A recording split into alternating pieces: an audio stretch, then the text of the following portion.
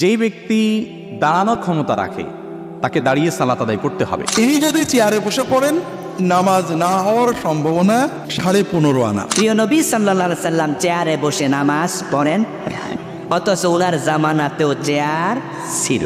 বসে যদি আপনি না থাকতে পারেন তাহলে শুয়ে পড়বে, এরপরও যদি না পারেন তাহলে আপনার নামাজ মাপ, কিন্তু চেয়ারে বসে নামাজ হবে না। চেয়ারে বসে তো তার দাঁড়াবার অর্ধেক না। এখন চেয়ার পাইলাম কই? হ্যাঁ, চেয়ার আছে হাদিসে। সালাত চেয়ারে বসে আদায় করা জায়েজ, কিন্তু শর্ত আছে। মসজিদে এসে তিনি যদি কাতারে বসে সালাত আদায় করতে পারেন, তার জন্য চেয়ার জায়েজ। সে বসবে হলো মাটির উপর বসে নামাজ পড়বে, এটাই হলো তার জন্য বিধান। যে ব্যক্তি মসজিদে হাঁটিয়ে আসতে পারছে সে বলছে চেয়ার বসবে কেন? দাঁড়াইয়া নামাজ পড়ার শক্তি নাই, মাটিতে বইসা নামাজ পড়ো, চেয়ারম্যান হইও না। চেয়ারে বসে নামাজ পড়ার পক্ষে আমি না।